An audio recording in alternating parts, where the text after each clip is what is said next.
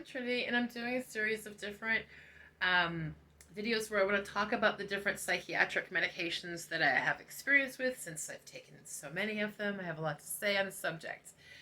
But this video is just going to be in general about antidepressants, and then I'll do separate videos for each different antidepressant that I have experience with.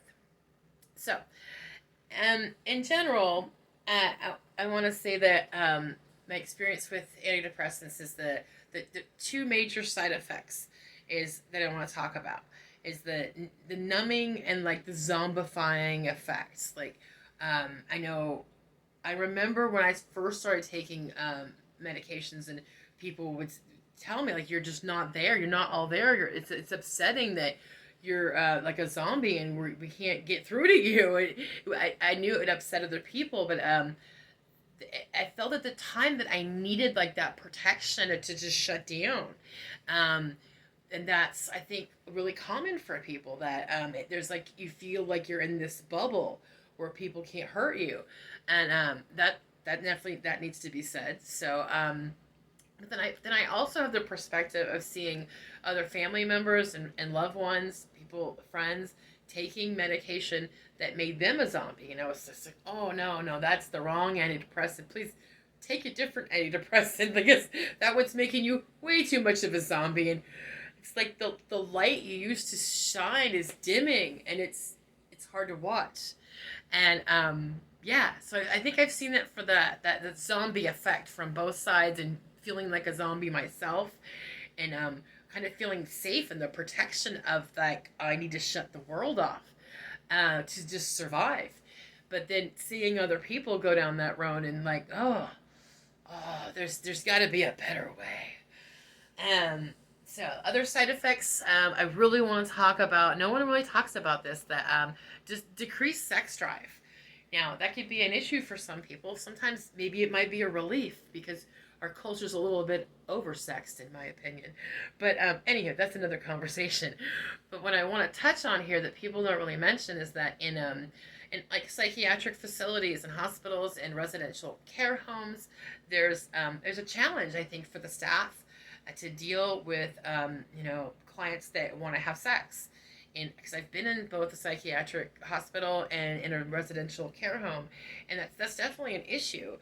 Like, how do you police people's sexual activity?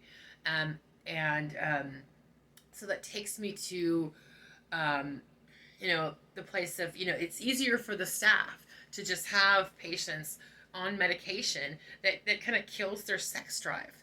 Because, it's a chemical castration kind of in a sense that may be useful in that particular type of situation. I could see how that might be useful, but is it ethical? That takes me to a story.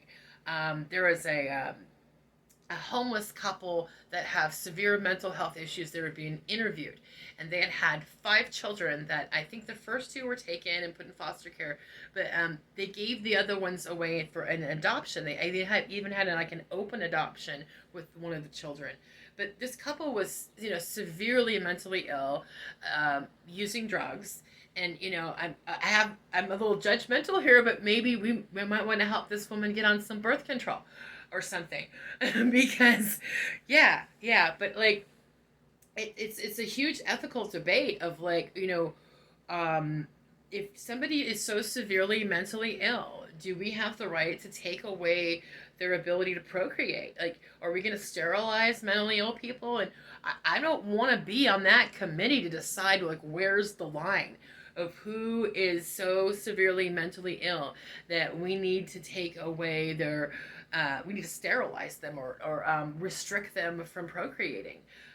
It's a huge ethical debate, and this is why I feel really concerned about antidepressants and the use of antidepressants, because it, in a sense, for some people, the side effects of decreased sex drive, in a sense, is like a chemical castration. It's a way of controlling people, and I see that as something that's an ethical debate for me personally.